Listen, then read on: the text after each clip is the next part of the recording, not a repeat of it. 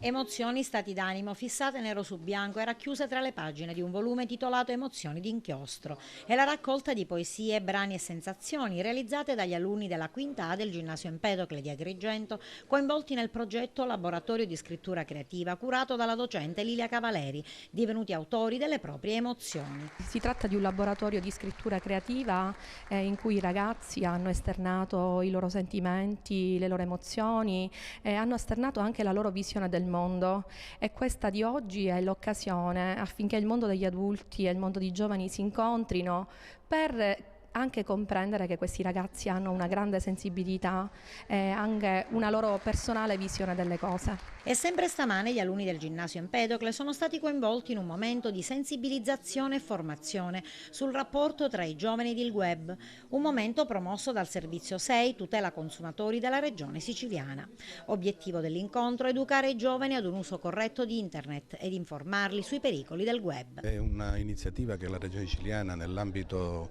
delle conoscenze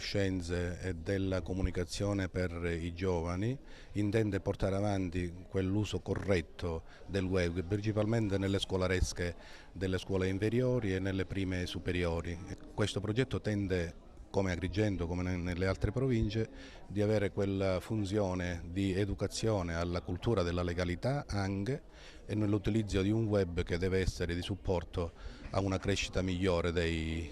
giovani. Usiamo la rete con attenzione e soprattutto ricordiamoci: tutto quello che si posta sul web non si può più cancellare, resta per sempre, e questo lo devono capire. Se ovviamente non si usano i principali, strumenti di protezione e di cautela, è facile per i giovani incorrere in aspetti di reato in cui loro sono pressoché sempre vittima, come ad esempio le offerte di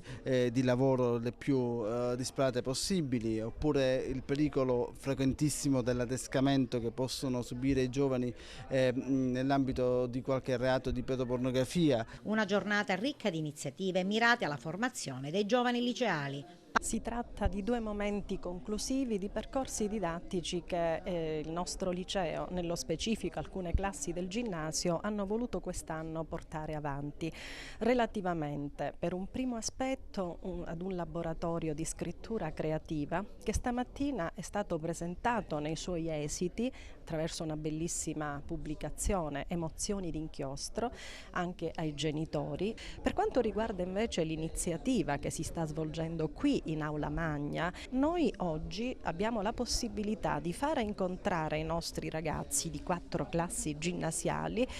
perché si possa riflettere su che cosa l'uso del web e delle nuove tecnologie possa comportare per la società del nostro tempo.